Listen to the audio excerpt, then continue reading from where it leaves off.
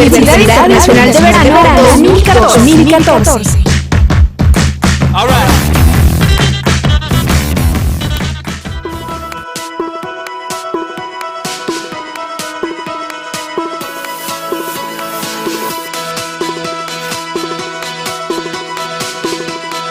Bienvenidos al ciclo de avances recientes en neurociencias. Muchas gracias por su asistencia y su puntual asistencia.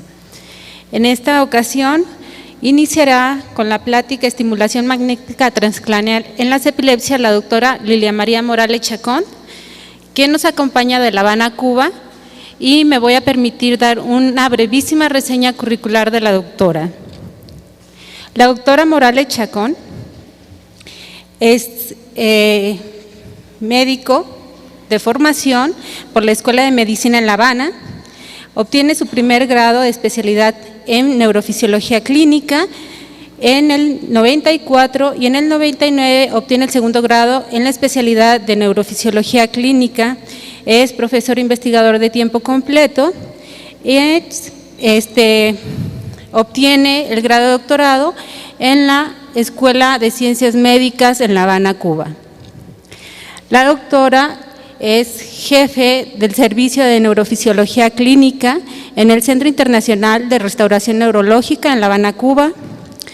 Es miembro de diversas organizaciones científicas y también entre las áreas de interés que desarrolla la doctora está el área de epilepsia, electroencefalografía, resonancia magnética funcional, cirugía epiléptica, y además se ha encontrado encabezando diversos grupos de trabajo en su haber, justamente en estas áreas de interés que la doctora manifiesta. Cuenta con diversas publicaciones de orden nacional e internacional y a su cargo se encuentran diversos estudiantes y obviamente investigadores a su cargo. Y pues sin más, le damos la más cordial bienvenida a la doctora y le agradecemos su grata presencia aquí en Lagos de Moreno.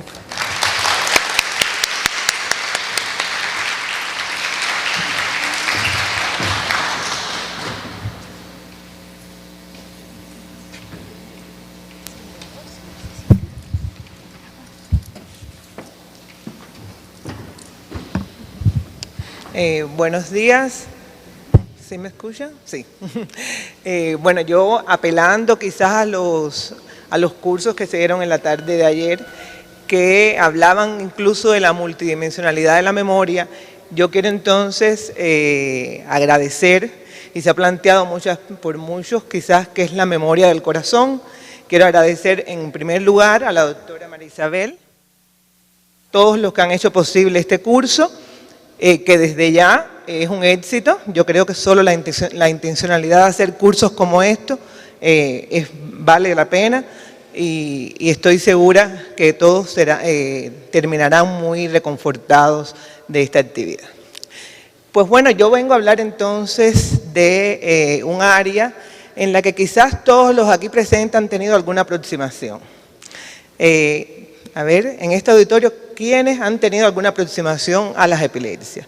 Digamos, al diagnóstico, a la evaluación, o simplemente porque tienen un conocido o una persona con epilepsia. Ajá. Hay muchos que no lo confiesan incluso. Es de las enfermedades neurológicas más estigmatizadas, pero créanme que es la segunda causa de enfermedad neurológica y existe en el mundo hoy aproximadamente 65 millones de personas con esta enfermedad. Si esto no fuera suficiente, podría ser, a mi juicio, y estoy haciendo una aseveración muy personal, quizás un modelo clínico y experimental de los más útiles para abordar las neurociencias.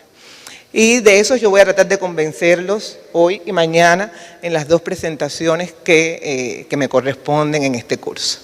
Por favor, César, el video. Pues aquí yo les voy a presentar unos videitos muy breves que tratan de justamente representar cómo esta enfermedad no tiene una predilección por edad. Ven un niñito muy pequeño, un adolescente. Puede verse también en personas ya en edad media de la vida e incluso en personas ya pasadas de los 50 años. No respeta sexo salvo para algunos síndromes y además de eso existen muchos tipos de epilepsia. Ustedes vieron algunas con un componente motor muy manifiesto y otras en las que solo el paciente queda como que si ustedes no están interactuando con él, podrían pensar que no está ocurriendo nada.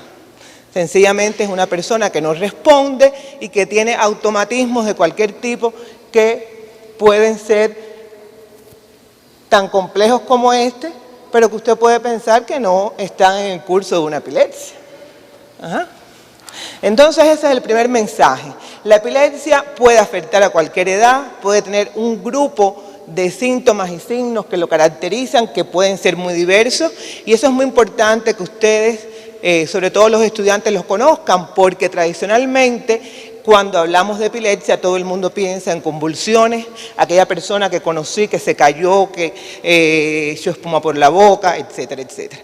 La epilepsia es mucho más que eso, y digo que es mucho más que eso porque se sabe hoy que además de las crisis, incluso la ILAE reconoce en la definición de las epilepsias que tiene consecuencias psicológicas muy importantes, además de las consecuencias sociales que tiene esta enfermedad. César, ya la presentación. Bueno, entonces esto era solo un preámbulo para aproximarlos a esta patología de la cual vamos a hablar. Todos estos pacientes que ustedes vieron ahora son pacientes que han sido evaluados en nuestro centro candidatos a cirugía. ¿Y por qué candidatos a cirugía? Justamente, la presentación, justamente porque este grupo de pacientes que asciende al 40% de las personas o las pacientes con epilepsia no resuelven con la medicación. Entonces, cuando abordamos las epilepsias debemos considerar que un grupo grande de todas estas personas pueden resolver, incluso curarse con los medicamentos hoy disponibles en el mercado. Pero hasta un 40% de ellos no logran esto con la medicación que está hoy disponible. Siguiente, César. Y se pueden hacer intentos con una droga, con 2 drogas, con 3 drogas y intentos sucesivos. Y los estudios hoy demuestran que menos del 30% de los pacientes que ya han tomado más de 3 medicamentos antiepilépticos pueden quedar libres de crisis por más que lo intentemos. Para esos pacientes existen opciones terapéuticas más allá de la medicación. Y hay un listado inmenso, pasa César rápido, un listado inmenso de alternativas terapéuticas para las personas que no resuelven con la medicación. Las primeras y las más, digamos, afortunadas porque logran la curación en un grupo importante de los pacientes son las alternativas quirúrgicas, las cirugías resectivas de la zona donde se originan las crisis, para decirlo de una forma simple. Pero de eso yo voy a estar hablando mañana. Entonces, tengan en mente hoy que la cirugía resulta hoy una alternativa curativa para esos pacientes que no resuelven con la medicación. Sin embargo, además de que la cirugía puede ser curativa, hay un grupo de pacientes o que no son candidatos a cirugía, porque ya verán mañana que para ser candidato a cirugía hay que cumplir determinados requisitos y uno de ellos es lograr definir una zona en el cerebro donde se originen las crisis, y hay pacientes donde eso no es posible. Y hay otro grupo de pacientes que aún logrando esto en la evaluación prequirúrgica son sometidos a cirugía, pero la cirugía no logra resolver las crisis en estos pacientes.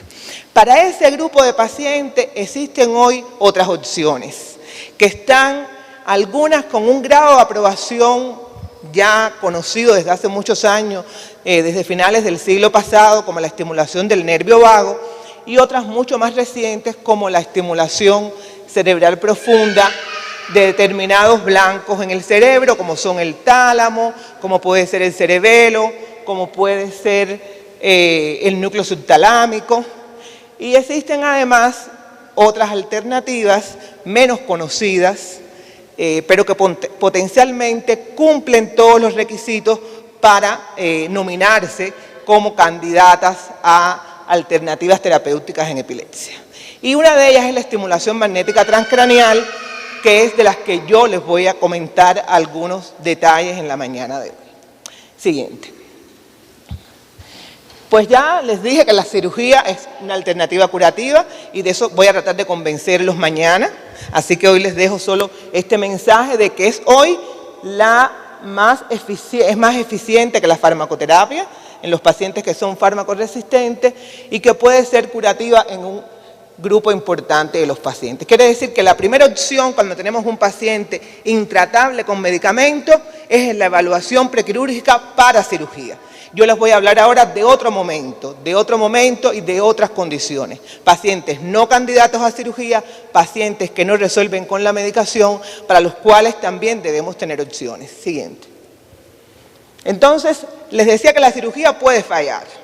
Si la cirugía falla, entonces que hablamos de estas alternativas. Y la cirugía falla en la medida que nos alejamos de resecciones que abordan el lóbulo temporal. La cirugía más conocida, la más bondadosa porque ofrece los mejores beneficios, es la cirugía del lóbulo temporal.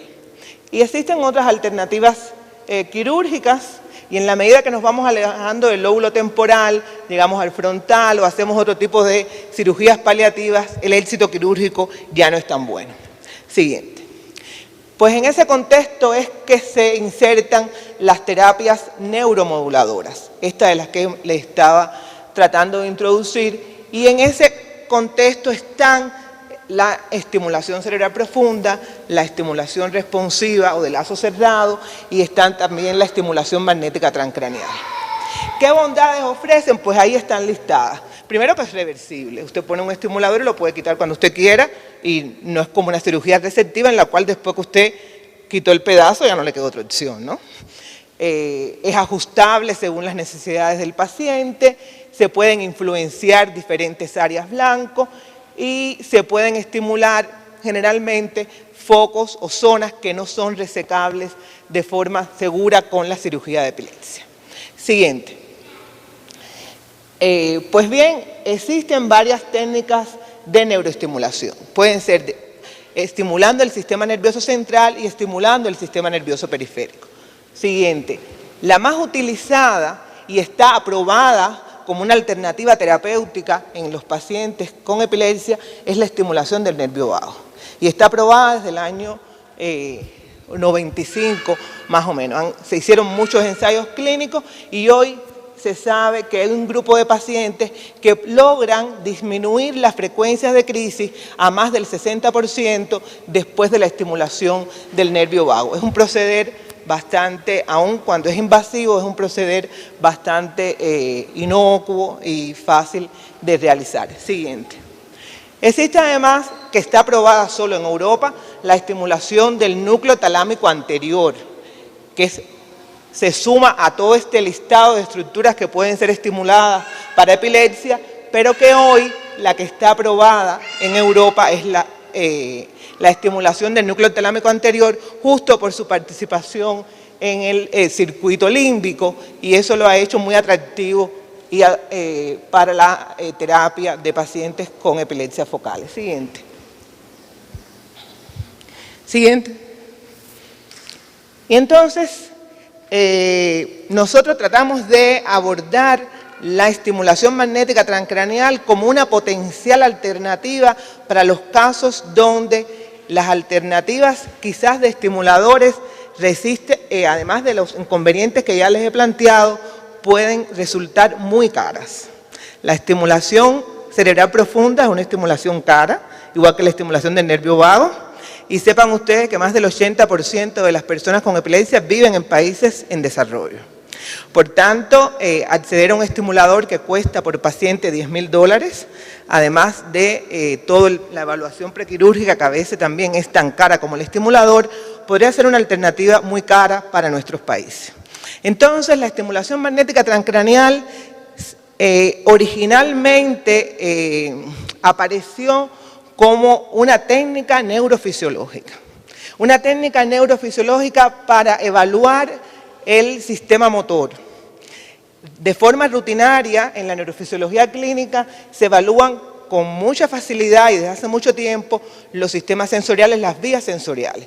Sin embargo, después del 85, con la aparición de los primeros estimuladores, fue posible evaluar el sistema motor utilizando la estimulación magnética transcraneal, y así fue como se insertó la estimulación magnética transcraneal en el ámbito neurofisiológico, en el ámbito neurológico. Siguiente.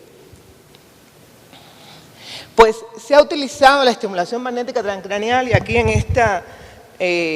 este cuadro aparecen todas las aplicaciones para las que está hoy se está utilizando la estimulación magnética transcraneal, algunos con ensayos clínicos en fase 1, en fase 2, en fase 3, y vean que va desde la depresión hasta coadyuvante de la rehabilitación en los pacientes con enfermedades cerebrovasculares, transitando por las epilepsias, los trastornos obsesivos compulsivos, etc.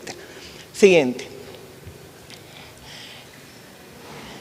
Hoy la estimulación magnética transcraneal está aprobada para el tratamiento de la depresión mayor. Quiere decir que hoy se sabe que la estimulación magnética, que ustedes pueden buscarlo en internet, está aprobada desde el año 2008 para ser utilizada como tratamiento en pacientes que tienen una depresión resistente a la medicación. Y eso es un hecho conocido. Ahora, ¿por qué utilizarla en epilepsia? Siguiente. Pues bien, yo les voy a dar algunos argumentos quizás un poco relacionados con los principios, con la metodología de la técnica, que quizás le den algunas luces de por qué pensamos en estimulación magnética transcraneal nosotros y otros grupos de investigadores como alternativa terapéutica, más allá de su potencial valor en el diagnóstico de las epilepsias y otras enfermedades neurológicas. Pues la estimulación magnética está basada en un principio que casi todos ustedes conocen, que es el principio de la inducción electromagnética, proceso por el cual la energía eléctrica puede ser transformada o convertida en campos magnéticos y viceversa, y esto realmente fue descubierto desde el 1831 aproximadamente. Hasta finales de ese siglo no fue que se utilizó esta aplicación de campos magnéticos en el cerebro humano, y realmente la primera demostración pública de estimulación magnética transcraneal ocurre en el año 85, cuando este señor utiliza por primera vez un estimulador magnético para evaluar la vía córtico-espinal. Realmente para eso fue que lo utilizó. Y después de los años 90 comenzaron a desarrollarse otros equipos de estimulación magnética transcraneal que tenían la potencialidad de liberar pulsos que tenían de una frecuencia mayor de 50 Hz. Y con estas características es que la estimulación magnética transcraneal puede ser utilizada en la terapéutica. Si no tiene el estimulador esa bondad, no es posible utilizarla en la terapéutica, porque no es posible aplicarla de una forma repetitiva. Siguiente. Pues entonces no solo es necesario el estimulador, se necesitan bobinas, que son estas cositas que ustedes ven aquí, estos dispositivos que se aplican sobre un área de la corteza y provocan una estimulación que no es dolorosa, que puede atravesar fácilmente la corteza, y en dependencia de la forma que tenga esa bobina, tendrán una focalidad mayor o menor. Las más disponibles en el mercado hoy son las bobinas en 8, que logran una focalización mayor de la estimulación que usted quiere lograr. Pero además de tener un estimulador, bobinas, se necesitan entonces diferentes paradigmas de estimulación. Usted puede estimular con un pulso simple, puede estimular con trenes a una frecuencia fija, y a eso es a lo que se le llama estimulación magnética transcraneal repetitiva. Cuando usted estimula diferentes pulsos en trenes a una frecuencia fija que puede ir desde 1 hasta 20 Hz. Y esa es lo que le llamo estimulación magnética transcranial repetitiva, que es la que ustedes, si leen la literatura relacionada con el tema, es la que se utiliza como, en general, para abordar desde el punto de vista terapéutico muchas enfermedades neurológicas y psiquiátricas. Siguiente. Pues hay una representación de cómo puede aplicarse la estimulación magnética transcranial repetitiva. Usted puede aplicar trenes a una frecuencia baja, menor o igual a 1 hercio, quiere decir que en 1 segundo usted aplica solo un pulso, o puede estimular a alta frecuencia de 5 a 50 hercios, y hay entonces otros paradigmas mucho más complejos que hoy se diseñan para otras aplicaciones. Pero lo importante hasta el momento es que necesitamos un estimulador magnético, de preferencia que logre liberar pulsos mayores de 50 hercios, necesitamos bobinas, de preferencia bobinas en forma de 8 para estimular con determinada focalidad, y necesitamos conocer determinados parámetros o paradigmas de estimulación. Siguiente. Pues con todos estos elementos metodológicos podemos entonces evaluar el efecto de la estimulación magnética transcranial repetitiva, esta que se produce en forma de trenes a frecuencia fija. Y se ha llamado entonces, se han evaluado los efectos de la estimulación magnética transcranial repetitiva como aquellos efectos que ocurren justo en el momento que usted aplica la estimulación. Y eso se le ha llamado efecto online. Usted va a evaluar qué efecto tiene la estimulación justo en el momento que la está aplicando. Pero sorprendentemente, la estimulación magnética transcranial repetitiva tiene efectos que duran más allá del periodo en que usted la estimuló. Quiere decir que yo estoy estimulando ahora a... ¿Cómo se llama usted? Edgar. ¿Cómo? Edgar.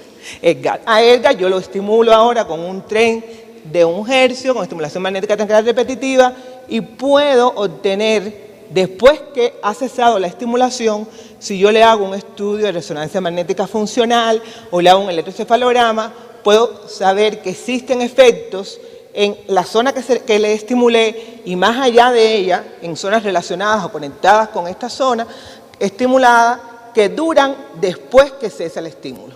Pues si eso es así, la estimulación magnética transcranial repetitiva tenía argumentos para poder ser utilizada en la terapéutica, porque usted está de alguna manera modulando funciones, por decirlo de una manera muy rápida.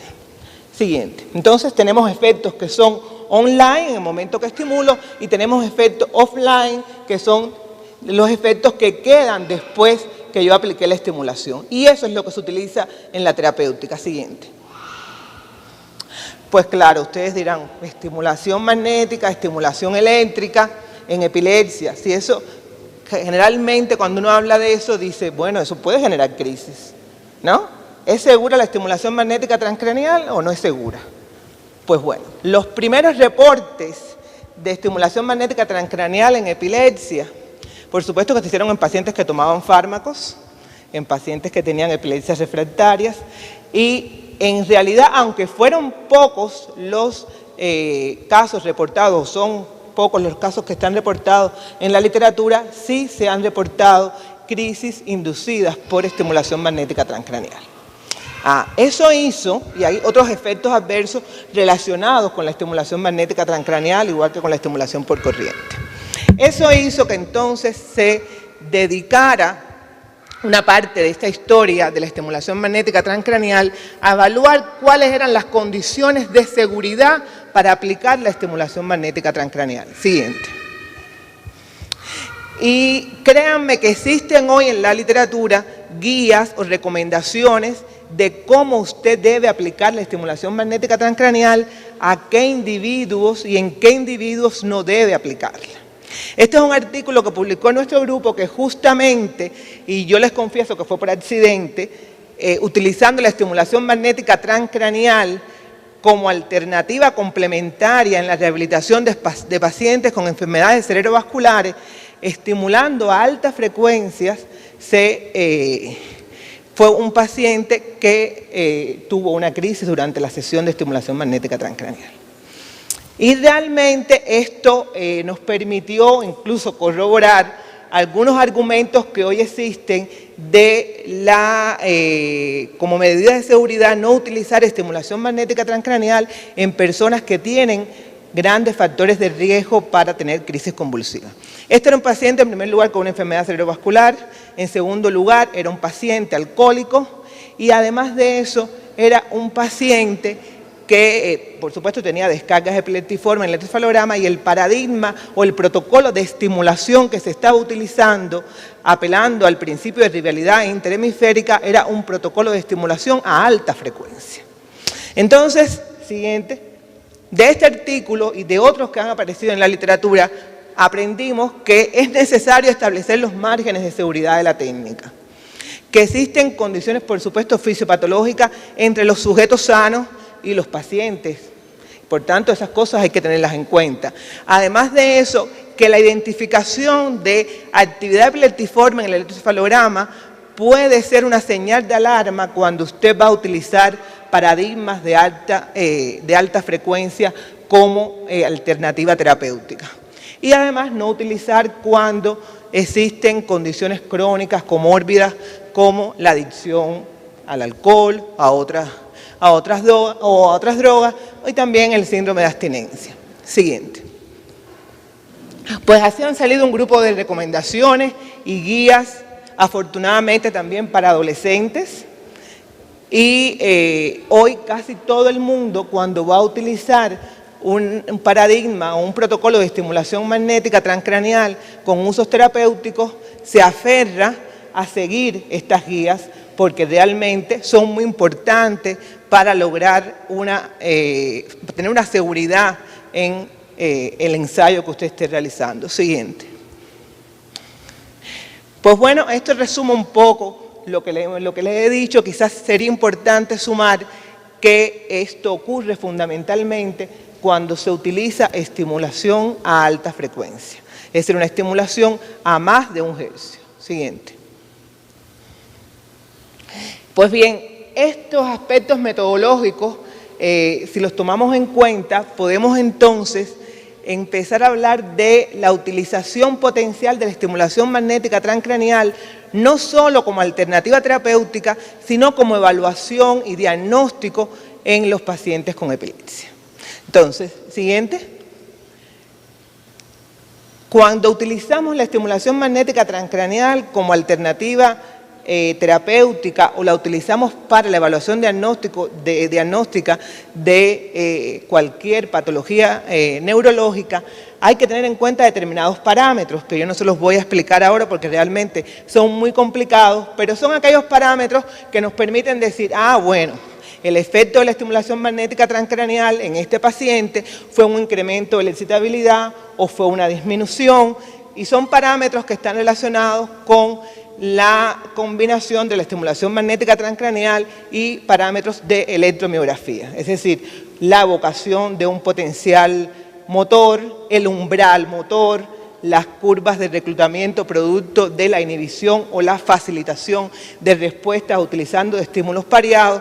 Son todos, para decirlo de alguna forma rápida, medidas que usted utiliza para evaluar el efecto de este proceder, sencillamente. Siguiente. Entonces, cuando se utiliza en epilepsia como alternativa diagnóstica, hay que tener en cuenta, uno, el tipo de crisis. Ustedes vieron que hay diferentes tipos de crisis. Ya lo vimos en los videos que puse al inicio de la presentación. Hay que tener en cuenta los tipos de crisis, hay que tener en cuenta la medicación que está tomando el paciente, porque los medicamentos todos saben que tienen diferentes principios, y en tercer lugar hay que tener en cuenta el estado en que está el paciente cuando se realiza el proceder. Me refiero al estado interictal o ictal. ¿El paciente está en ese momento teniendo una crisis o está en ese momento en un periodo sin crisis? Son todas estas condiciones las que hay que tener en cuenta cuando uno va a evaluar la estimulación magnética transcraneal con fines diagnósticos. Y entonces yo le voy a poner, creo que son 3 o 4 ejemplos de cómo se ha aplicado en el diagnóstico y en la evaluación de los pacientes con epilepsia. Pues el primero de ellos apela a los cambios en la excitabilidad cortical en pacientes con diferentes síndromes epilépticos. Y crean entonces que estas curvas, las diferencias aquí, demuestran los grados de excitabilidad cortical que existen en este grupo de pacientes. Aquí tenemos pacientes con epilepsia mioclónica juvenil, un tipo de epilepsia que es muy benigna, pero que puede ser resistente a fármacos, pero generalmente es una epilepsia bien controlada, y en este extremo tengo pacientes con un tipo de epilepsia muy severo.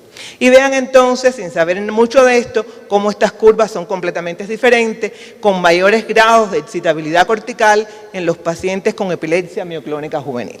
Siguiente.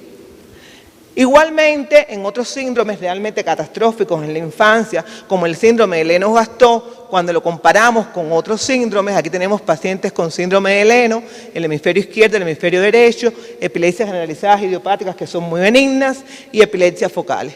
E igual existe una diferencia en la excitabilidad en estos síndromes con una disminución de la excitabilidad en el síndrome de Lennox-Gastaut, y esto se ha tratado de asociar con las comorbilidades y con otros trastornos que tienen estos pacientes con este síndrome catastrófico. Siguiente.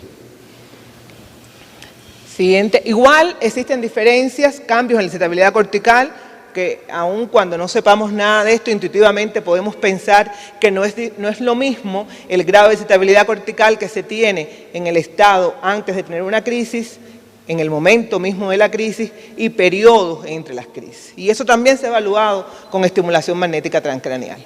Y finalmente, una aplicación que resulta muy interesante en el contexto de cirugía de la epilepsia, siguiente, que es la posibilidad de utilizar la estimulación magnética transcraneal para localizar funciones.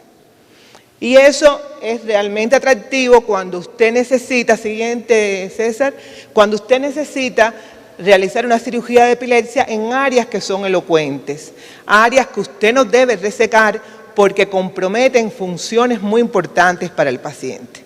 Entonces la estimulación magnética transcraneal con estos fines comenzó a utilizarse para evaluar justamente funciones motoras. Sin embargo, hoy sabemos que cuando se estimula a alta frecuencia, usted puede producir arresto del lenguaje y puede utilizarlo como una forma de focalizar o de lateralizar la zona del lenguaje que debe ser preservada en los pacientes con cirugía, que van a ser sometidos a cirugía de epilepsia. Este es un artículo muy atractivo porque realmente trata de combinar en la estimulación magnética transcraneal con las técnicas de neuronavegación durante la cirugía, justamente para mapear la corteza motora en pacientes que van a ser sometidos.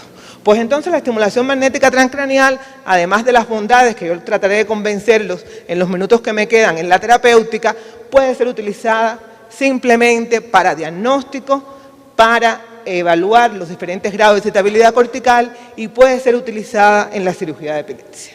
Siguiente. Pues ¿por qué en la terapéutica? Pues en la terapéutica la estimulación magnética transcraneal se ha utilizado, siguiente César, como yo les había enseñado, en un grupo inmenso de patologías. Vean el listado. Se ha utilizado para todos estos trastornos neurológicos, aprobado para la depresión, como les dije. Sin embargo, se hacen estudios y ensayos clínicos actualmente para todo este grupo de patologías para las cuales hoy no existe utilizando estimulación del hipocampo, estimulación cerebral profunda del hipocampo en los pacientes con epilepsias focales cuando son síndromes bitemporales, cuando son pacientes donde no puedes resecar los dos lóbulos temporales, porque si no le pasa lo que mostró ayer la doctora del caso HM, ¿no? Hay casos donde usted no puede hacer una cirugía resectiva.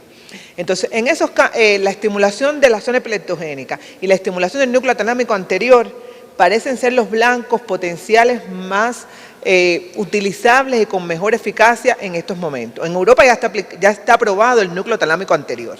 Aquí en América no se ha aprobado todavía. Efectos sobre la cognición yo creo que tienen todos. La cirugía lo tiene que tener la estimulación también. Entonces, la estimulación, la bondad que yo le veo es que si podemos apelar a esto que yo le estaba mostrando y que va en consonancia con lo que usted decía, de la posibilidad de aplicar el estímulo que sea, profundo, eléctrico, magnético, el que usted quiere aplicar, apelando a los algoritmos de detección de la crisis sería lo ideal, porque usted no estaría todo el tiempo estimulando una zona. Y se sabe además hoy que la estimulación surte mejores efectos cuando usted estimula un área que no es disfuncional, un área que no está comprometida. Si usted está estimulando un área donde hay un trastorno de desarrollo de la corteza, como esa que yo le mostré, con corriente eléctrica, los resultados realmente no han sido muy alentadores, producto de que ya es un área que está muy dañada y los mecanismos, por supuesto, no son los mismos. Pero de cualquier forma, la bondad de las terapias neuromoduladoras están justamente en su carácter reversible y en la posibilidad de ser modificada. Porque yo, cuando hago las cirugías receptivas, ya lo que pasó con la cognición, que mañana se los voy a mostrar, por eso no se los voy a decir ahora, qué pasa con la cognición después que los pacientes se operan. Si eso aconteciera y fuera devastador en un caso con terapia neuromoduladora, yo tendría la posibilidad de ir atrás, de quitar el estimulador, de modificar los parámetros de estimulación y podría ser realmente una... Pero sí, definitivamente, efectos cognitivos tiene. La epilepsia misma, casi todos los síndromes tienen efectos cognitivos. Y en su definición, yo les decía que además de las características, la característica fundamental y más visible, que es la presencia de crisis, por definición se plantea que hay consecuencias psicológicas, consecuencias sociales, que son impactantes para el paciente, porque son pacientes que no tienen memoria a veces, que tienen un trastorno de memoria que a veces es invalidante, si es una epilepsia del lóbulo temporal, o en otra localización también tienen afectaciones cognitivas importantes. Y la cirugía los modifica y la terapia neuromoduladora igual lo tiene que modificar. Isa, primeramente gracias por la plática. Parece que hay algo esperanzador, que hay otra forma de tratar este tipo de pacientes. ¿Quién no ha tenido un conocido o un familiar que tiene este problema? Mi pregunta va desde el área del punto de vista, como lo ve un físico. Hablaste de la frecuencia, no me comentaste acerca de la intensidad. Ya. Sí, o como también la dosis. Ajá. Otro, no hay problemas de resonancia. Si lo vemos en términos de física, tú tienes una molécula, una partícula, ¿no? Tienes tu frecuencia natural de oscilación. Si tú lo... No se oye.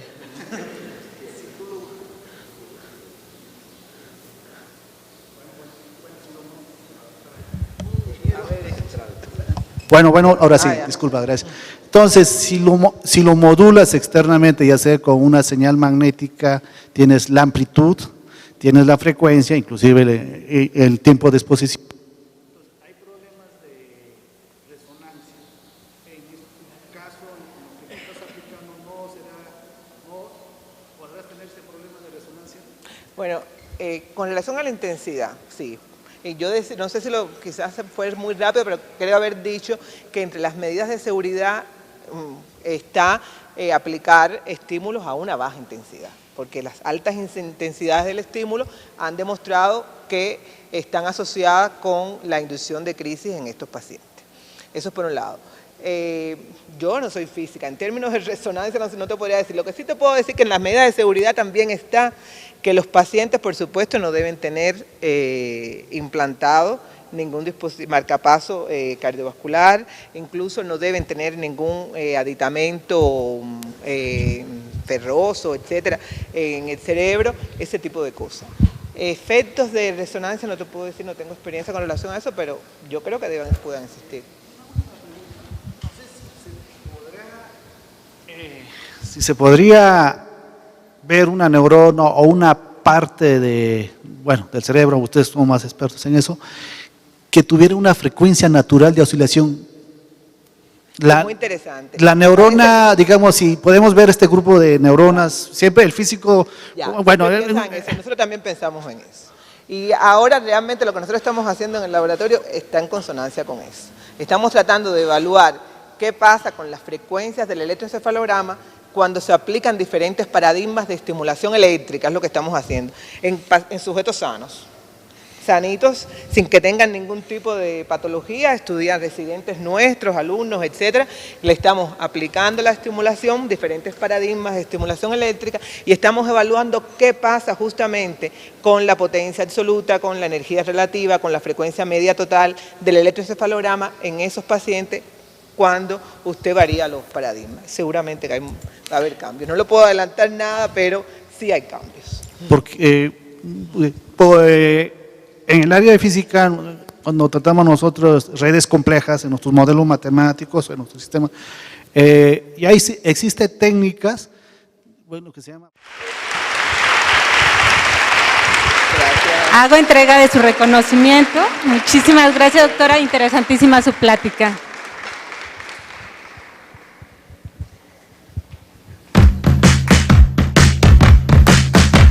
Universidad Nacional de Verano 2014.